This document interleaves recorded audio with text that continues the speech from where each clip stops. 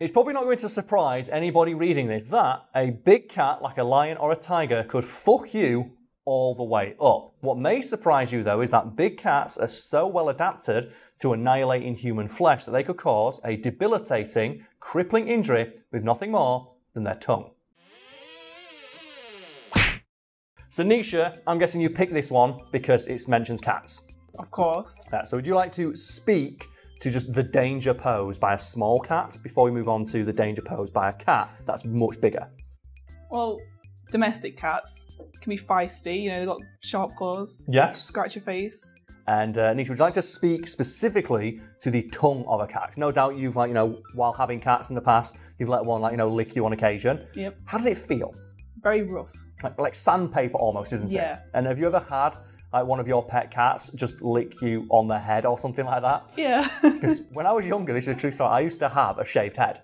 I had this big old square meat head right here, had no hair on it, and it was like peach fuzz. And my cat, the Duchess, after the Duchess from, what's it now, Aristocats, would just sit there and lick my head for hours at a time, which I found hilarious because it's just a cat licking head. And we had to stop the cat from doing it when I was getting bald spots and kids at school were making fun of me. Oh my god. Because they thought I was going bald at like 10. Oh wow, okay. That's like a small cat. And when I say they're like sandpaper, that's probably not the most accurate description. A more accurate one would be that a cat's tongue is more like an organic cone. And this is something that when I learned, made me really not like cats' tongues. And it is that a cat's tongue is covered in thousands of tiny hair called papillae, I believe. Mm-hmm. And they are essentially just tiny little organic spikes, not dissimilar from comb bristles, that they use to clean their own fur.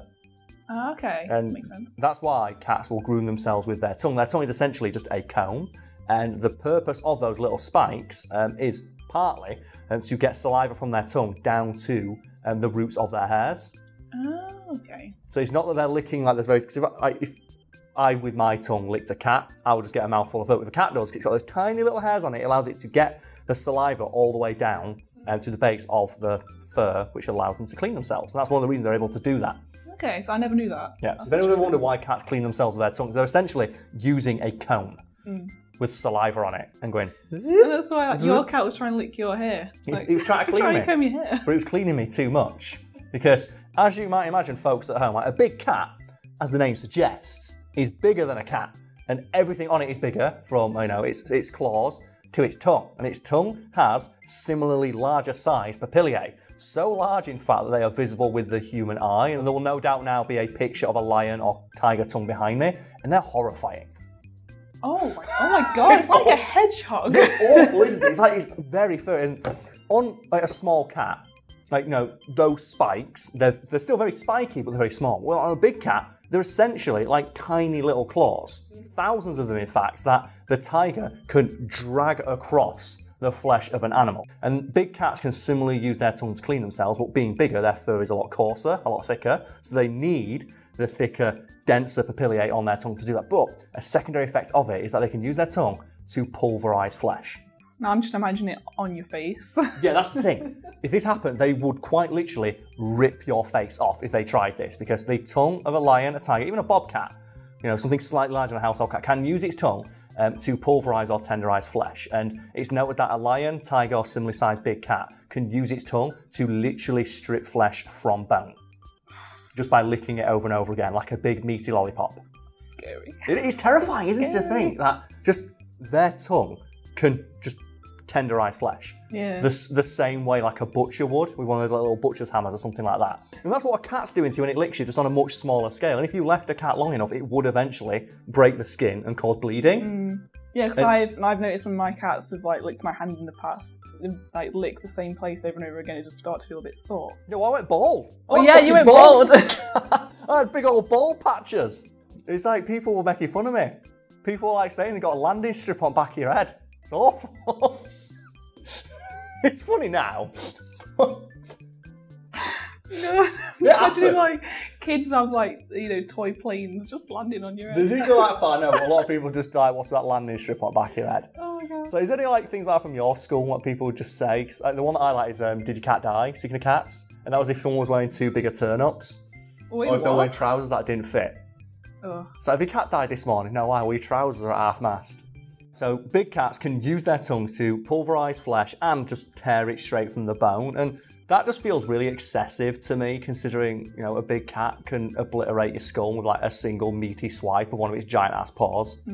So have you ever seen like those pictures? Like, oh, here's what like a tiger paw looks like, and it's like fucking ginormous. Well, I've seen Tiger King, so I got the idea of the size of a tiger against a human. I can't believe that one. Like, that one where the tiger bites his ankle, I'm like, oh my god. It goes on. Ow, son of a bitch!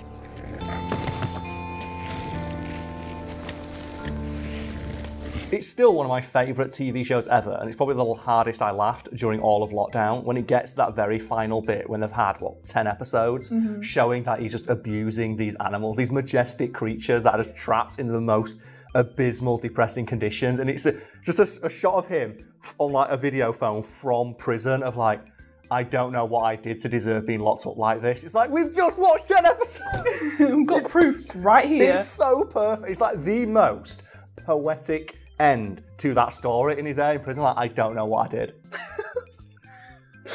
God, so That bad. show is great. Like, man, Carol Baskin. You know, do you think she killed her husband? I don't want to say because we're in a video, we might get sued. I will say that one edit they did her fucking dirty.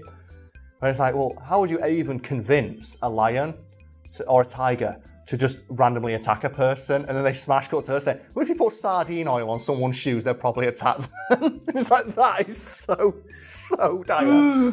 What scent makes a liger attack your shoe? If somebody wanted to kill you, then they would put like sardine oil all over you, something that the cat wants to eat. But she watched that back and was like, those bastards. Oh, man. Like, the best part of that show is when you see like the music video Joe Exotic did, and he got that lady that looks exactly like her. God, yeah. For the best thing he's done, it's worth just bringing up. The music video, Here Kitty Kitty, and a look-alike Carol feeding body parts to her cats. Nisha, like, just what are your thoughts so far about the idea that just like a big cat could fuck you up with its tongue? Yeah, pretty terrified of them now. What's the thing, like, as if lions, tigers, all that stuff, they don't need to be any scarier. Yeah, Like, they've got giant meaty claws with like, you know, what, 3-inch claws at the end of them. They've got one of the most powerful bites in the animal kingdom. They're like expert trackers and hunters. Like, they can, like, you know, just blend into the undergrowth and appear from nowhere and annihilate you without a second thought. And it's like, now, if one was, like, if you were petting one, it could lick your face off. It's like, yeah, even if one was tame and it licked you, you still could die. It's almost like they're a wild animal and they can't be tamed. Just this image of someone saying, yes, I finally domesticated the tiger, and it licks its face. Just all off in one big go. It's like that, I'm imagining it's like that one scene in Family Guy where Peter's like, oh, I want a drink from a hose, and just sprays on his face and his entire face is missing. That's exactly what it would be like. Nice job, Chris. You got my shirt wet. So let's just do that, but instead of a hose, it's just a tiger.